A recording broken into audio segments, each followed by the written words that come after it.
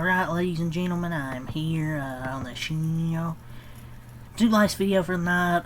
7 videos today. What a busy day in the night. Here were my Night of Champions predictions for today's premium live event in Riyadh, Saudi Arabia.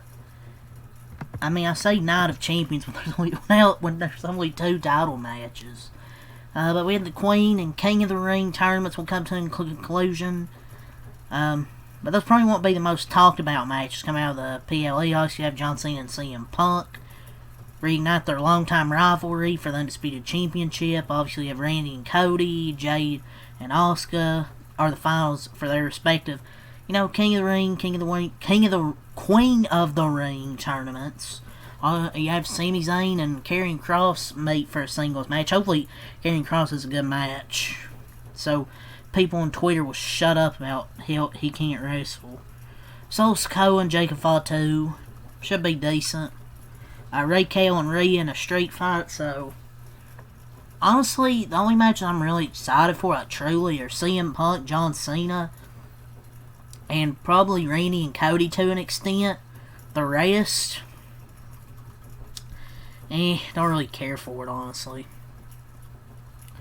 So, I guess I'm just going to get with the lower card matches first. Rhea Ripley and Raquel. I guess it should be better with a stipulation, with the street fight instead of just a normal match.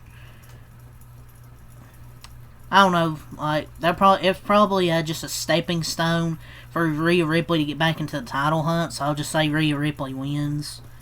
I don't care too much for this feud. Obviously, I love Rhea Ripley. It's just this feud. Don't really care for it, all in all. But maybe it should be a decent match. Like, it's a street fight, so it should at least be decent. So next, Sami Zayn and Karrion Kross. So Kross's rise in popularity over the last few months has finally led to what appears to be the beginning of a real push. Especially if he has a great match this weekend. I don't want to hear you fucks say, "Oh, Sami Zayn carry," because that's what the IWC will do, because they hate anybody that starts to get popular. Takes 2 to tango. It's like Jey Uso and Cody Rhodes. They just takes 2 to tango. But it's how convenient now the hate has got for Karrion Kross since he started to get some popularity, saying that he can't bump. Bullshit. But the 39-year-old has been staying mostly in the background recently, but the whispers in the ear of Zayn pushed the underdog from the underground too far, and that's led us to this match this weekend. Obviously, Zayn is going to get the same warm reception he has every time he's appeared in the Saudi Arabia for a show, but Graham might be disappointed. The only way this push for Kross is going to work is if WWE actually commits and gives him big wins. Zayn can take the loss and suffer no long-term damage as a result, which makes him the perfect choice to put his opponent over. So I'll say Karrion Kross gets the win here. I hope this is actually a good match, because I want to see Karrion Kross get a little push, despite what the IWC will say, but the IWC doesn't know what they want. Jacob Fatu and Solo Sikoa. So a couple months ago, you couldn't go 5 minutes without Jacob Fatu on the screen without hearing me, "I love you, Solo," and how times have changed. Basically, story goes, Sikoa wanted to take credit for everything Jacob Fatu's accomplished since arriving in WWE. He took exception to that, and then he turned babyface on at Money in the Bank. Well, he's kind of taken off as a tweener character, and WWE would be foolish to solve his momentum with a title change right now, which leaves only one reasonable outcome. He's going to prevail over the man who brought him to the company and continue building momentum as the U.S. champion for now. I don't really care for Solo Sikoa as a wrestler. He's funny. I just don't care for him as a wrestler. But I really like Jacob Fatu. So there's that. John Cena versus CM Punk. It's probably the easiest match, one of the easier matches to predict here. biggest showdown set to take place at Night of Champions on this card. It's also the easiest. The Cena Farewell Tour is going to continue through the rest of 2025, and he's almost certainly going to hold him to the undisputed WWE Championship until the end or close to it, which makes this but a foregone conclusion. Obviously, it's going to be a good match. Punk will give Cena a good fight, but when the dust settles, he will leave with the belt still around his waist. And it's been a good, good feud.